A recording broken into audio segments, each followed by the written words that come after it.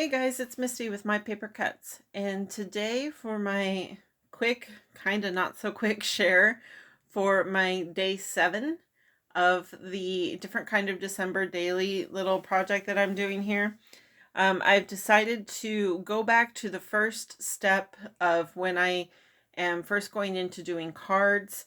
I know I'd already finished a bunch of cards and kind of shared my whole process from start to finish with you guys, but when I started, I'd already had a bunch of images done and even my die cuts were already done. So I kind of briefly went over with the way I do it so that I can get lots of images colored at once, but I thought I would go back and do that because I did receive a new stamp set that I want to play with before Christmas, so I was going to stamp them out for my quick crafting today. It is Monday, and hence the wine. And it's just, this is just kind of a mindless thing. I love to just stamp a bunch of images, and then what I'll probably do is pop some popcorn and pick a cheesy movie or a Christmas movie. My favorite, probably because I haven't watched it yet, which is National Lampoon's Christmas Vacation. I'll probably just do that and just sit on the couch and sip my wine and eat popcorn and color. That is one of my favorite ways to unwind when I don't really want to actually be in the craft room creating. It's very relaxing, but it's productive at the same time because I do have an entire box and it's up in the closet, or I would have grabbed it. But since it's Christmas, I don't have it down right now. I have a whole box of colored images. And then when I want to sit down and make a card, those are already set to go. Some are already die cut out, some aren't. But I do have just a whole box. I think I might have shared it on a previous video, but I'm sure a lot of you guys didn't see that. So the stamp set that I got a limited edition card kit from Simon Says Stamp. And it's this really cute gnome stamp set. And when I look at this is a larger stamp set.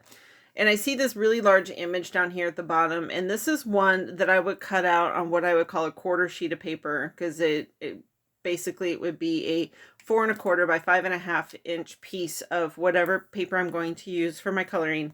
And then I would die cut just a general shape around it, whether it be an oval or a square or a frame, or I would put it behind for a shaker window or something. But it's such a large image, I wouldn't necessarily die cut this out to be just a piece of this because it was definitely the full focal point for a card. So I would just stamp that on a quarter sheet of paper and then I would do whatever I wanted to after I colored it. But all these smaller images here, I will show you how I how I set up my Misty and do all of that so that I can color all the images and I don't have to have a lot of sheets of paper or anything when I do it. So that is the stamp set. Super cute for those of you who like gnomes as well. And then the next thing I want to share is, depending on what I want to color with, which I color with several different mediums. I do enjoy watercoloring. For watercoloring, one of my first go-tos is the Daniel Smith watercolors, and these watercolors are very expensive by the tube. So I like to get, there's on Amazon, you can get the full collection of all the colors of these dot sheets. And all they've done is put a little bloop of the, of each color and giving you the name and the opacity and everything of each color. And I just go through with the water pen and, test them out so you can see actually what the color is. And for 25 bucks or something, you get all of the colors. And this little blurb of watercolor is actually quite a bit. It lasts you a lot longer than you think. Even with me doing multiple images, it lasts a long time. So this is definitely a worthwhile investment. I have not bought any of these in the tubes yet because, like I said, for the cost of, I think, 2 tubes is more expensive than just getting all of the colors in the sheets. And it does include the pearlescent and the sparkly ones and everything. So that is one of my go-tos. And then I also enjoy using both the Arteza and the Zig brush markers. For these, I rarely color directly on the paper. I usually will scribble on a, you can do like a white sheet like this inside a plastic pocket, and that makes a perfectly good palette. You just scribble on it, use it, wipe it off with a baby wipe. When you're done, it just wipes right off. You can pick it up with your brush. Sometimes I'll take my brush to the tip of the pen and then go to my coloring with it. But that is, these are both very good. And I have the full sets of each of these. And I'm glad that I do, because the color range in both of them is completely different. Where Arteza drops the ball, Zig will pick it up, and vice versa. So having both of these gives me a wide range of colors. It is an investment, so if you're not super into coloring, something, especially watercoloring, something like those Daniel Smith dots might be better. I also use Prismacolor pencils, and my set is too big to put in front of here for you guys to see, because I have the full set. Again, I got it on Amazon. Usually around Christmas they do a really good deal. But I like to do the Prismacolor pencils and then use Gamsol and a paper stump to blend it out. And it has very much the same intensity as markers, and it's much more relaxed. And when they're really fine detailed images and there's a lot to do, usually I will go with those instead of my Copics or alcohol markers, because it does go much faster. Because you have to scribble, you don't have to be as detailed with it. And then for alcohol markers, Copics are my go-to, because even though these are a huge investment, they are expensive, they are a lifetime marker, because you can replace both nibs and you can buy the refill inks. So when you buy this, you buy this for life. In fact, my daughter, not even jokingly, has already said these need to be specifically in the will to her. She's used them in a few art projects and loves them. They do have this really nice brush tip. I need to clean this one. Sorry for that mess on that one. And then they have a chisel nib on the other end. Now they also have an option that you can replace this chisel nib with a very fine point bullet nib. I have done that on some of the markers I use the most often. And I'm hoping to eventually do that, because I just never use that chisel tip. And then the other one I have a few of is Nuvo has quite a few. I get them in kits because I do get the monthly kit from Nuvo. And they also have a bullet nib on one end and a, ooh, I don't think I've even opened this one, and a chisel nib on the other. I haven't used these as much because I don't have as much variety, but the couple that I have used, I have actually really enjoyed. So, and they do come in, I think, packs of 3 with like dark, medium, and light. I also know that the Spectrum Noirs are really popular with people, but because I already own the Copics, I'm not going for those as well. That's unnecessary to me. So once I decide how I want to color it, and sometimes with a set like this, I will want to watercolor this and pencils and probably alcohol markers. I'll probably want to do all the above, just because it is so dang cute. And with so many images, it's got a lot of uses. So what I would do is, while I've got it out and I'm stamping it, is I would stamp it in the inks and paper that I would need for whatever mediums I want at the time. It's better to have extras on hand than to have to stop what you're doing and go back and stamp some more. So my stamping tool is the Misty.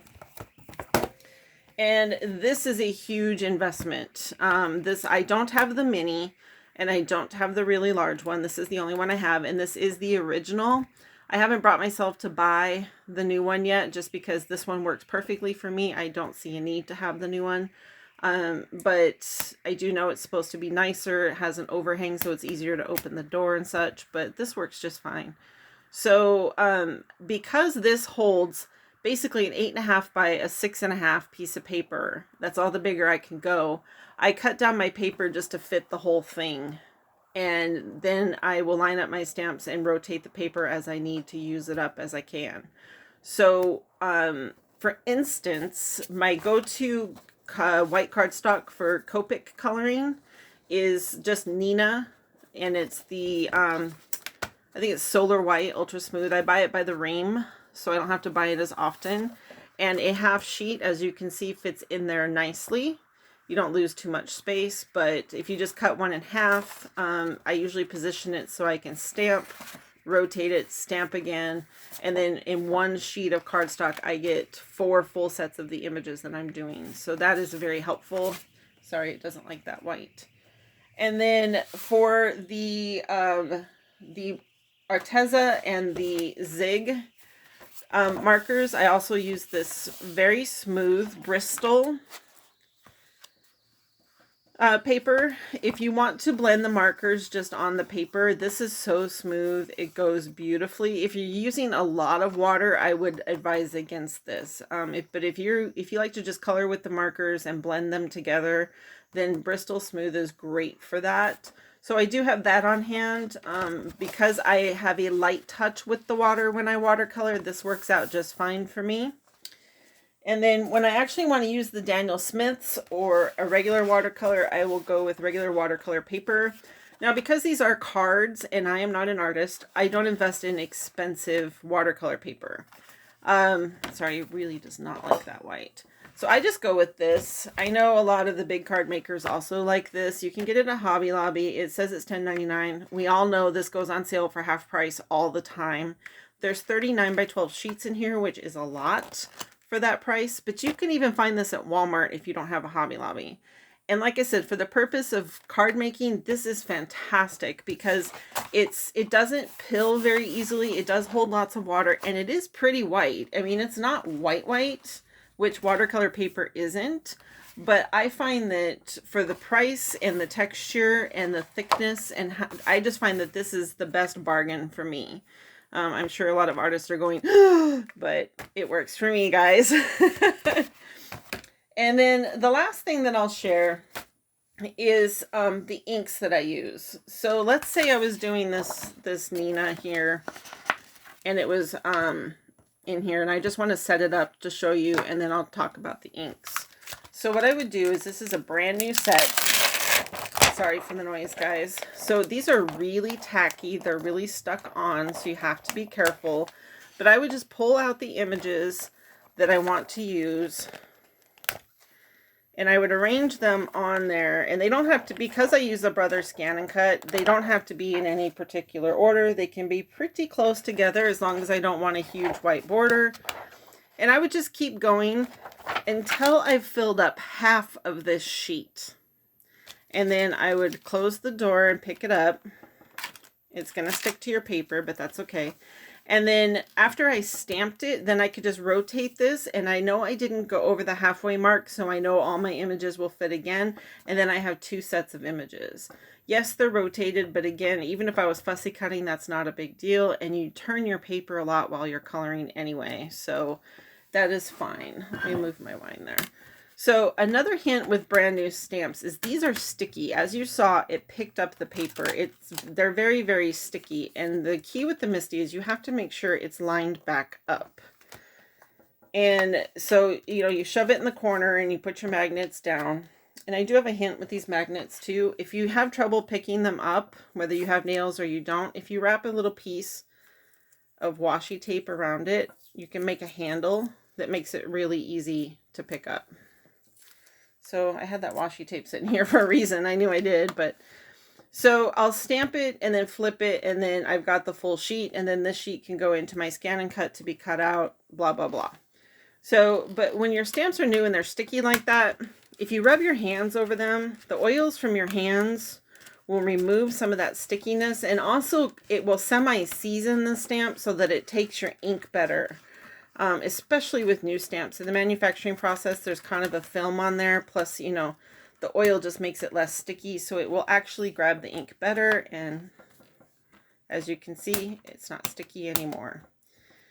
So as for the inks, I wanted to go over that real quick. So my choices of ink when it comes to watercoloring are, I've always done VersaFine. And this is my favorite brown. I will stamp with brown quite often when I watercolor. This is the Vintage Sepia. And the pads are nice because these are hinged and you can flip them around and they close really easy. They can be a bit tricky when you're trying to stamp with them because this is loose. So you just want to make sure you're grabbing both of them when you're going like that just to ink your stamps. But VersaFine is waterproof when it dries. I would not necessarily use VersaFine with alcohol markers. If you get too close with the alcohol, the ink will bleed. But you can use VersaFine because it is slow drying, because it's pigment. You can heat emboss over the top, and that serves two purposes when you watercolor. One is it seals everything in so nothing's going to go anywhere, but two, it also will it provides a little well into each little section of your stamp. So then when you're watercoloring, your colors won't bleed together. So a lot of people, when they first start out with watercoloring stamped images, will actually heat emboss them until they get the hang of the control of the paints that they're using. And it's just very helpful. And plus, sometimes, like if you gold heat emboss, things always look really elegant. So I use VersaFine, and then lately I've noticed that Michaels is carrying VersaFine Clair, and this is like the newer version of it. And I usually use the regular VersaFine in black, but I have fallen in love with this one. And like I said, it's at Michaels, so if you get a good coupon, it's definitely worth it. And its lid is removable, and the white along the edge is totally normal. And it's a nice size, but this color is so intensely black. And again, it's the same thing. It's a pigment ink, so it's waterproof and you can heat emboss with it. And it's a beautiful, beautiful ink for watercoloring. I also tend to use VersaFine when I stamp my sentiments, because pigment ink just tends to stamp clearer and more crisp. So I really like to use it with my sentiments. The other option that I will use, and I do reach for this pretty often, is the Gina K Amalgam ink. This ink is special. You can watercolor with it because it's permanent, and you can use your alcohol inks. You can use it with everything. So if you're only going to buy one ink pad, this is the one I would suggest if you're going to do both alcohol and watercolor. If you're going to do just one or the other, then it's not necessary, but this is a beautiful ink pad because it stamps nice and dark. It's a nice dark black, and like I said, you can use it with any. So if I'm not even sure what I'm going to use, I will usually stamp with this, unless I'm stamping a watercolor paper, then I know I'm going to use watercolor, so I'll just use the VersaFine. And then I use Memento for my Copic coloring most often. This is the original, and lots of tests people have done. This is still one of the very best that's most complementary to alcohol inks. It doesn't smudge. It dries fast. It's really great. You can get this at Joann's. You can get it any place pretty much, and it comes with refills. I usually have at least 2 pads going at a time because I stamp it so often, but I have been on the hunt for something that's a little bit richer of a black. To me, this just isn't as dark, and especially when you put it next to a pigment, it's just not as dark and crisp black as I would like. The Catherine Pooler is great. It's super, super dark, but if you don't like your stamps getting stained, don't use that ink. Her inks will stain your stamps, and if that drives you nuts, I'm talking to you, Alicia. If it drives you nuts to stain your stamps, then I wouldn't go with that ink. I do have that ink. It doesn't bother me if I stain my stamps because it doesn't hurt them. They work perfectly. And I'm never going to part with my stamps. Stamps are my #1 go-to craft supply that I will forego all other craft supplies for, is stamps. The stamping and coloring of images and stamping and embossing is my first love. That's why I make so many cards. So to me, stamps are my biggest investment and my most worthwhile investment. And if I buy them, they're going to have multiple uses, and I'm not going to part with them. So I'm fine if they get stained, and good quality stamps will stain easily. It's just the nature of the materials that they use. But I will tell you, you can feel the difference in your hands. I do like Bo Bunny stamps. They are hard to peel off the backing sometimes, but they will work. But you really need a stamp positioner so that you can stamp multiple times. And the quality just isn't as good. The ink doesn't sit on the surfaces nicely, so that's why you have to stamp multiple times. They will tend to tear sometimes when you're trying to pull them off the carrier sheet, but they are higher quality than some. Simon Says Stamp is probably one of my favorite brands, not only for their images and their sentiments, but the stamps, like their quality is amazing. They're soft, but they're sturdy, and I have never, ever, ever had an issue with the Simon Says stamp set. MFT is another really good brand with lots of really cute images and different styles and a variety of sentiments. But you know, Simon, I think, has pretty decent prices. They have very small stamp sets all the way up to the large ones, like the one I just got.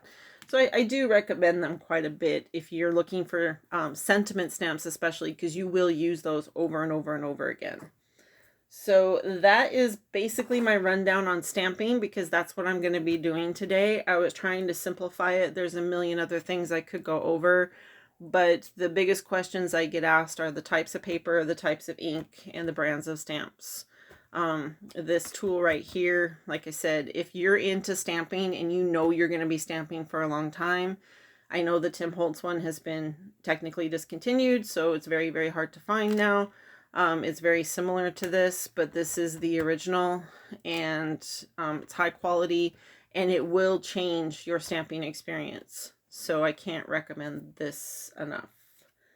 I guess that's it. Sorry if I rambled and was boring again. I just am trying to share as much information as I can, and the things that I do to save me time, or only when I have a little bit of time, that I can get accomplished, that I can help myself have something to do quickly. Like I said, I will stamp multiples of these tonight so that I can color anytime I want. I've got them all ready. I don't have to stop and stamp some more. So that would be my 15 minutes today, because that's about all the time I'm going to spend in here. So thanks for watching. You guys have a great night. Thanks for, tagging along with me, and I will see you tomorrow. Bye-bye.